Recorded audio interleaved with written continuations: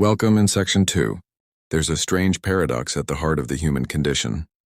We crave authenticity, yet spend our lives constructing masks. We say we want truth, to find ourselves, to live honestly, to be free, but truth has a cost, and deep down, most people aren't willing to pay it. Because the truth is threatening, it strips away comfort. It dismantles illusions we've built around who we are.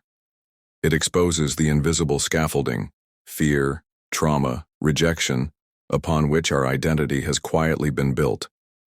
So instead we adapt. We shape ourselves into whatever keeps us safe, emotionally, socially, even spiritually.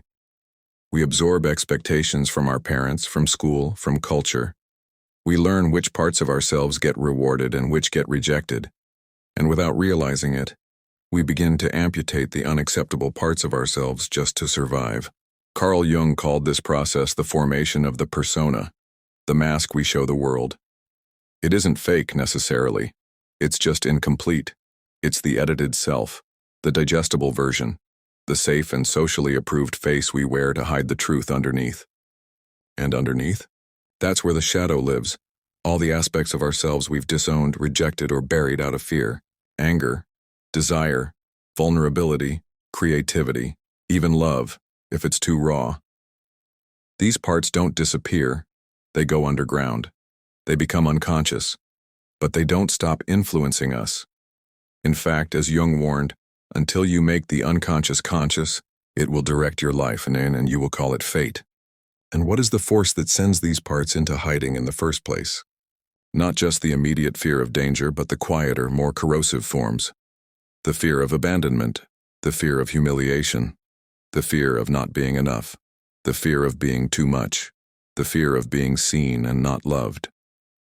Fear. These fears don't simply influence your identity, they become it.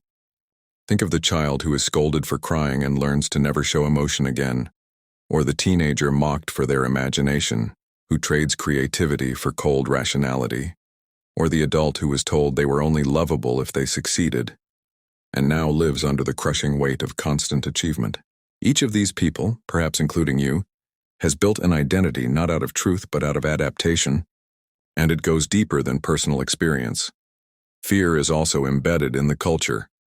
Philosopher Friedrich Nietzsche warned of the herd morality, society's pressure to conform, to obey, to stay average, to reject the chaotic brilliance of the individual for the comfort of sameness.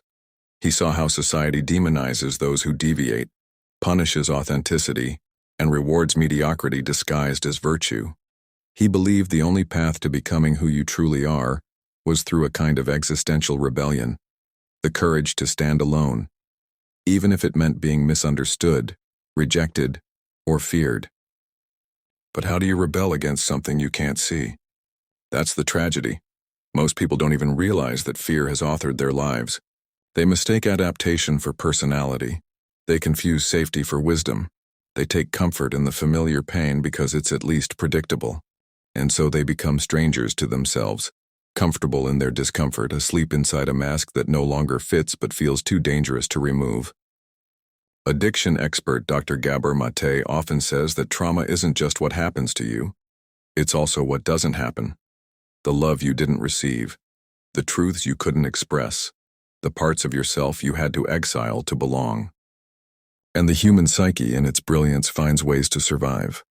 We build walls, we numb our pain, we overachieve, we play roles. But beneath it all we ache, not because we are broken, but because we are disconnected from who we really are. You might feel that ache as anxiety, or depression, or numbness, or even success that still feels hollow. But it all points to the same root. You've built a life on top of your fear and now you're trapped inside it. And the cruelest part? You might have no idea it's even happening. Because fear doesn't announce itself as fear. It shows up as being realistic, as perfectionism, as indecision, as procrastination, as self-doubt, as people-pleasing, as being low maintenance, as always putting others first.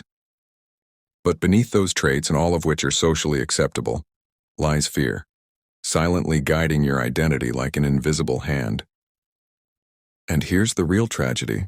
As long as fear remains invisible, it will continue to dictate your choices, your relationships, your dreams.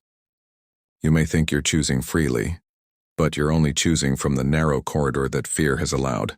So the question remains, what happens when you see it? What happens when you finally name the fear? When you realize that the very self you've spent a lifetime building might be nothing more than a survival strategy? Then and only then do you begin to ask a different kind of question. Who am I when I'm no longer afraid? And the answer is not given. It must be discovered. End of Section 2, The Hidden Problem and its Psychological, Philosophical Roots.